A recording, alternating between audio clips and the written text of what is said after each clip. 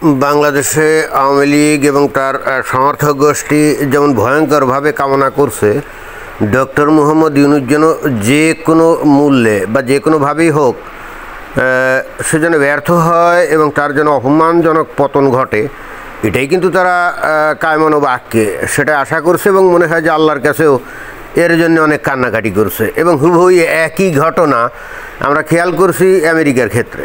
এই যে Donald Trump ক্ষমতা আসার পর আমরা যেটা লক্ষ্য করলাম যে বাংলাদেশের মিডিয়াগুলো, অন্তত পাবলিকের কথা বলতে পারবো না, বাট মিডিয়াগুলার যে খবর তারাও কিন্তু মনে প্রাণে চাচ্ছে যে আমেরিকাতে ডোনাল্ড ট্রাম্পেরও যেন এরকম ব্যর্থতা আসে এবং ব্যর্থতার দায়ভার নিয়ে তার যেন পতন ঘটে।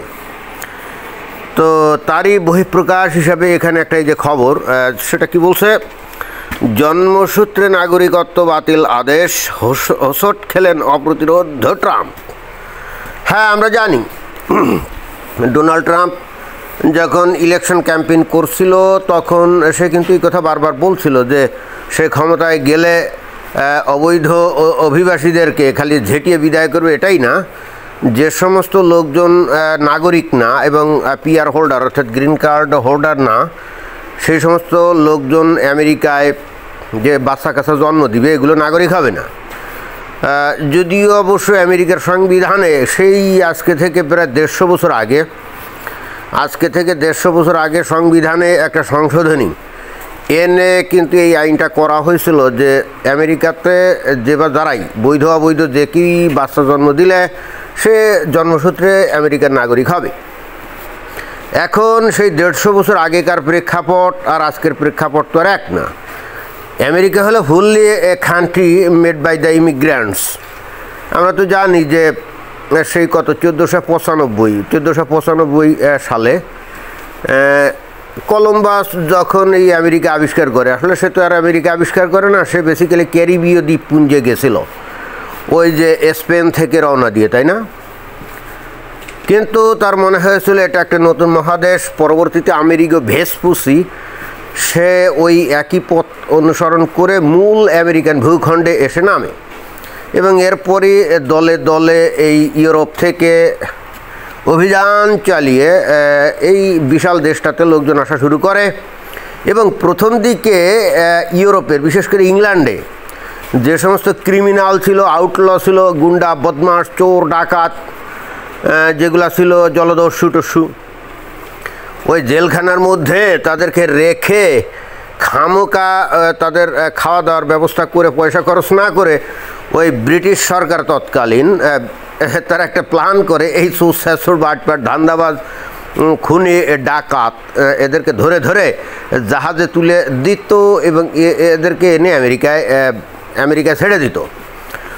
এদেরকে এনে অনেক ছেড়ে দিত ওই অনেকটা ব্রিটিশ পিরিয়ডে, যেমন ওই যে যারা স্বাধীনতার জন্য লড়াই করতো তাদেরকে ধরে যেমন ওই যে আন্দামান নিকোবর আইল্যান্ডে নিয়ে যাইতো না, তবে আন্দামানে নিয়ে ওদের জেলের মধ্যে ঢুকাতো। বাট এই আমেরিকার ক্ষেত্রে হয়েছে উল্টো, এখানে এনে জেলের মধ্যে ঢুকাতো না, এনে ছেড়ে দিত, বলতো যে এবার এখানে করে কমে খা, জঙ্গল মঙ্গল পরিষ্কার করে ঘর বাড়ি তৈরি করে একটা সোসাইটি তৈরি কর। আমেরিকা তো এভাবেই তৈরি হয়েছে এবং পরবর্তীতে সারা পৃথিবীর বিভিন্ন দেশ থেকে এই আমেরিকাতে লোকজন আসা শুরু করে, অর্থাৎ আমেরিকা মহাদেশে। আর এখানে যারা অরিজিনাল আদিবাসী ছিল, যাদেরকে আমরা just common name red Indian বলে আমরা জানি, তারা আস্তে আস্তে কোণঠাসা হতে থাকে এবং তাদেরকে বিনাশ করা শুরু করে। আসলে এই আমেরিকার এটা কিন্তু ভয়ঙ্কর একটা ইতিহাস। এখানে একেবারে এথনিক্যালি ক্লিনজিং হয়েছে, কারণ সাদা চামড়ার মানুষ তারা তো এমনিতেও ওই যে পেশাগতভাবে অত্যন্ত হিংস্র টাইপের ছিল যারা এখানে আসছিল, তো তারা তো অস্ত্রপাতি নিয়ে আসছিল, তো তাদের সামনে এই রেড ইন্ডিয়ান এরা টিকতে পারেনি। তো এখন সেই 150 বছর আগে তখনও তো আমেরিকায় অনেক লোকজন কম ছিল, দেশ বিশাল, তাহলে এই দেশটাকে গড়ে তুলতে গেলে লোক লাগবে না? তো তাহলে এখানে এসে যারাই আসবে তারাই যখন বাচ্চা কাছে জন্ম দিত তখন স্বাভাবিকভাবেই তাদেরকে নাগরিক হিসেবে স্বীকৃতি দেওয়ার একটা আইন জারি করা হয়েছিল। কিন্তু গত 150 বছরের মধ্যে তো গোটা পৃথিবী পাল্টে গেছে। আমেরিকা হয়ে গেছে বিশ্বের 1 নম্বর পরাশক্তি অর্থনীতি, সামরিক শক্তি সব দিক দিয়ে একেবারে সর্বোচ্চ শিখরে চলে গেছে। America is a country of dream, তাই না? ড্রিমল্যান্ড। আমেরিকার মোহে পড়ে পৃথিবীর বিভিন্ন দেশ থেকে বৈধ অবৈধ সমস্ত কায়দায় এই লোকজন এখানে আসে। তো ডোনাল্ড ট্রাম্প সে হচ্ছে প্রচণ্ড কট্টর জাতীয়তাবাদী একজন লোক। তো তার নজরে পড়লো যে আমেরিকায় যে সোশ্যাল সিকিউরিটি অনেকটাই দুর্বল। ওই যে অনেকটা কি বলে যে বজ্র আটনি ফসকা গেরো না। আসলেই আমেরিকাতে আমি মাঝে মাঝে ভাবি যে এখানে যেভাবে বিভিন্ন জায়গায় গুলিগুল্লা হয়, স্কুলে, শপিং মলে মানুষ মারা যায়, আর প্রত্যেকটা মানুষ ইচ্ছা করলেই দোকানে ওই যে মুড়ি মুড়কির মতো অস্ত্রপাতি কিনতে পারে। তো এরকম যদি সবার হাতে হাতে অস্ত্র থাকে তাহলে এটা তো যে কোনো মোমেন্টেই ব্যবহৃত হয় এবং প্রতিনিয়ত ব্যবহৃত হয়, সেটা আমরা দেখি। এবং এর ফলে আইনশৃঙ্খলা পরিস্থিতি, হ্যাঁ উপরে উপরে হয়তো পুলিশ টুলিশ আছে, তারা হয়তো অ্যাকশন করে, বাট তারপরে তো অকারেন্স প্রতিনিয়ত ঘটে। প্রত্যেক বছর এখানে শত শত না হাজার হাজার লোক কিন্তু এরকম গুলি খেয়ে মারা যায়। এই জন্য আমি মাঝে মাঝে ভাবি যে আমেরিকান ড্রিমের আকর্ষণে এখানে যে লোকজন আসে তারা নিজেদেরকে কিভাবে এখানে নিরাপদ মনে করে। আমি নিজেও দেখছি এই নিউ ইয়র্কের কিছু কিছু জায়গা আছে রাতের বেলা, ওখানে হাঁটতে গেলে ভয় লাগে। না জানি কি এসে আপনার উপরে হামলে পড়লো কি না। তারপরে আমেরিকা ওই যে শিকাগো শহর, এইটা তো এক সময় প্রত্যেক দিন নাকি গুলিগোল্লা হতো।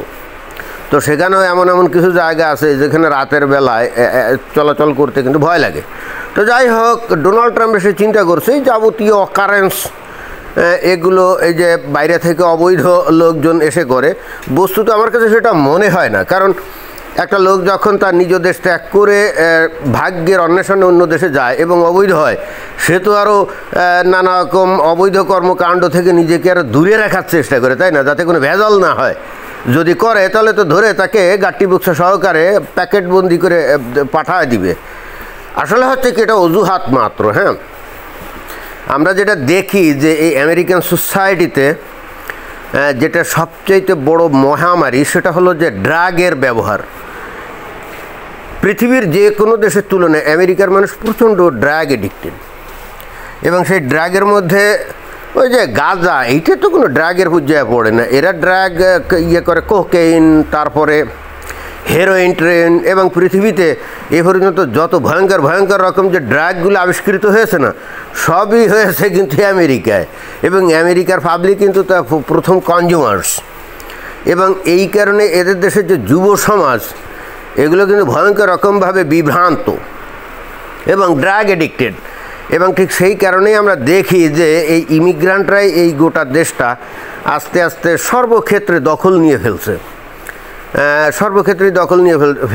আর অর্থনীতি, রাজনীতিবিদ, তারপরে বিভিন্ন উচ্চপদস্থ সরকারি কর্মকর্তা, ব্যবসা, সব জায়গায়। কারণ যারা বাইরে থেকে আসে, যারা ইমিগ্রান্ট, তারা তো এখানে ক্যারিয়ার বিল্ড আপ করার জন্য আসে। তো তারা চিন্তা করে যে পরিশ্রম যদি না করে, পড়াশুনো যদি না করে, তাহলে তো সেটা হবে না। এই জন্য তারা এই দিকে মনোনিবেশ করে। আর অরিজিনালি যারা আমেরিকার লোকজন, তারা দেখে আরে অল্প একটু পড়াশুনো করলেই তো কাজকাম পাওয়া যায়, টাকা পয়সা আয় করা যায়। তখন তারা ওই যে বয়ফ্রেন্ড গার্লফ্রেন্ড নিয়ে মজা ফুর্তিতে লিপ্ত হয়, ড্রাগ এডিক্টেড হয়ে যায় এবং থ্রিল করার জন্য গুলি বন্দুক কিনে গুলিগুল্লা মারে। আসলে খুব ভয়ঙ্কর একটা পরিস্থিতি। এখন এই যে রাজনৈতিক দলগুলো ঠিক এইগুলোকে অতটা অ্যাড্রেস না করে কেন জানি তারা কি যে করে এটা আমি নিজেও বুঝি না। আবার ডোনাল্ড ট্রাম্প এসে সে উপলব্ধি করছে যে ঘটনাটা তো আসলে জটিল, এভাবে চললে আমেরিকা তো বেশি দিন টিকবে না। ঘটনা কিন্তু আসলে তাই। এবং আমিও মাঝে মাঝে বিস্মিত হই যে এত রকম ভিতরে বিশৃঙ্খলা, এত ড্রাগের ছড়াছড়ি, এত অস্ত্রের ছড়াছড়ি, আসলে এই দেশটা এখনও শীর্ষে অবস্থান করে কি করে? তো কলাপস করার কথা, কিন্তু এখনও কলাপস করে না। শুধুমাত্র আসলে এই যে ইমিগ্রান্ট যারা আছে তারা তো ওই যে বললাম তারা প্রচণ্ড পরিশ্রমী, তারাই আসলে টিকায় রাখছে। এখন ডোনাল্ড ট্রাম্প এসে বলছে এই ইমিগ্রান্টদের লোকজন যারা অবৈধ, তাদের বাচ্চা কাচ্চা এখানে জন্মসূত্রে নাগরিক হবে না। তো সে ওই যেদিন ক্ষমতায় বসছিল সেদিন কিন্তু একটা ওই যে এক্সিকিউটিভ অর্ডার সাইন করে যে ওই আইন বাতিল। তো ওই আইন বাতিল বললে তো আর বাতিল হয় না। এখানে সংবিধানে একটা জিনিস আছে, সেটা তো কোনো প্রেসিডেন্টের ক্ষমতা না, এই একটা এক্সিকিউটিভ অর্ডার জারি করলো আর সেটা বাতিল হয়ে গেল, বিষয়টা তাহলে তা না। সংবিধান তাহলে সংশোধন করতে হবে, তাই না? এখন সংবিধান সংশোধন করতে গেলে এখানে তাদের যে হাউস অফ কংগ্রেস এবং সিনেট, সেখানে তো সম্ভবত আমি যেটা জানি যে 2/3 ভোট পাইতে হবে।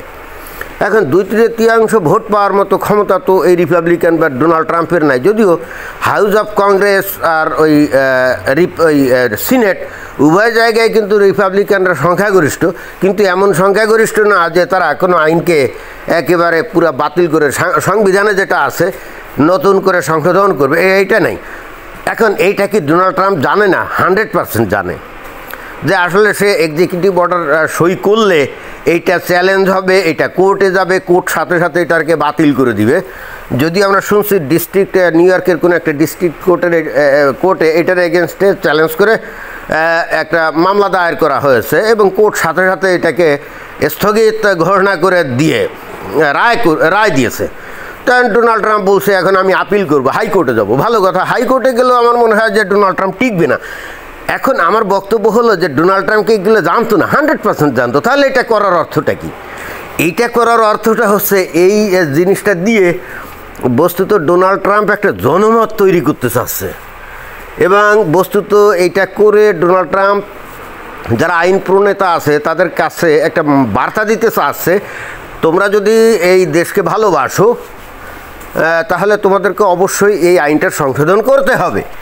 এবং সে এই বার্তা দিতে চাচ্ছে যে দেখো, আমরা আমাদের পূর্বপুরুষ 200-250 বছর আগে বা 100-150 বছর আগে এই দেশে আসছিল, আমরা এই দেশটাকে গড়ে তুলছি, কিন্তু আস্তে আস্তে এই দেশটা আমাদের হাত থেকে সরে যাচ্ছে। এখনই যদি এই আইনকে রদ করা না হয় তো আমাদের ভবিষ্যৎ প্রজন্মর হাতে এই দেশের নেতৃত্ব থাকবে না, এটা তো বাইরের দেশের হাতে চলে যাবে। কারণ জন্মসূত্রে যদি নাগরিক হয়ে যায় তাহলে তারাই তো আস্তে আস্তে একদিন সংখ্যা গরিষ্ঠ হয়ে যাবে, তাই না? অর্থাৎ অন্য কথায় যারা সাদা চামড়ার মানুষ আর কি ইউরোপের, তাদের দৃষ্টি আকর্ষণ করে বলতে চাচ্ছে যে আমরাই তো এই দেশ গঠন করছি, তো এই দেশের নেতা মন্ত্রী, এই দেশের সব ক্ষেত্রে মাতবাড়ি তো আমরাই করব।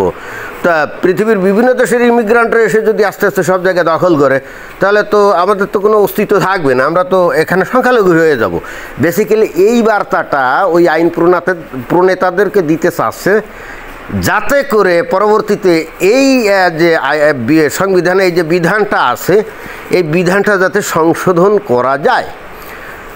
কিন্তু একটা জিনিস এখানে আমার মনে হয় যে ডোনাল্ড ট্রাম্প হয়তো সফল হতে পারে, সেটা হলো বাইরের থেকে কেউ যদি আমেরিকায় গিয়ে নাগরিক হয়ে যায় তখন তার বাপ দাদা, তার ভাই বোন, আত্মীয় স্বজন, গোষ্ঠী সূত্রে কিন্তু আমেরিকা আনতে পারে। আমার কাছে মনে হয় যে নিরপেক্ষের দৃষ্টি দিয়ে দেখলে আমার কাছে আইনটা ভালো লাগে না। তার কারণ হচ্ছে, যেমন একটা লোক আমেরিকায় গিয়ে লড়াই সংগ্রাম করে নানা কায়দায় প্রতিষ্ঠিত হলো, এখন তার গোষ্ঠীশুদ্ধ যে আনবে, তো ওই গোষ্ঠীশুদ্ধ লোকজন তো স্কিল্ড না, তারা এডুকেটেড না, তাই না? এবং তাদের হয়তো বয়সও বেশি, তারা আমেরিকায় এসে তো কাজকামও করতে পারবে না।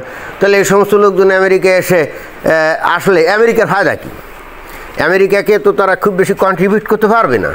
আর যারা আসবে তারা তো এডুকেটেড না, তারা স্কিল্ড না, তো তাহলে তারা আসলে কি এই দেশের সোশ্যাল সিকিউরিটির উপরে ভর করবে, তারা এই দেশের মেডিকেল যে সিস্টেম আছে সেটার উপরে নির্ভর করবে। এবং এভাবে আমেরিকাতে প্রচুর লোক আসছে কিন্তু, এবং এদের অবদান কিন্তু খুবই কম। বড়জোর কনজিউমার হিসেবে তারা মনে করেন কেনাকাটা পর্যন্ত করে, কিন্তু তারা তো ইনকাম তেমন করে না, খুবই অল্প সংখ্যক মানুষ ইনকাম করে। এখন এইটা সংবিধানে এই আইনটা আছে কিনা কে জানে, নাকি এরা নিজেরা আইন তৈরি করছে।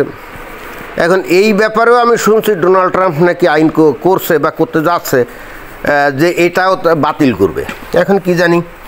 তবে ওই যে H-1B যে ভিসা, পেশাগতভাবে যারা দক্ষযোগ্য আমেরিকা আসার ব্যাপারে ওই যে প্রথমে ডোনাল্ড ট্রাম্প বুঝে হোক না বুঝে হোক বলছিল যে এগুলোও বাদ, কিন্তু এখন দেখলাম যে না, ওইগুলো বাদ না। যারা দক্ষযোগ্য এবং যাদের নাকি কোয়ালিটি আছে, কোয়ালিফিকেশন আছে, তারা ঠিকই H-1B ভিসায় আমেরিকা আসতে পারবে। তো এই হলো আসলে ব্যাপার। তো এটাই ছিল বক্তব্য। ধন্যবাদ।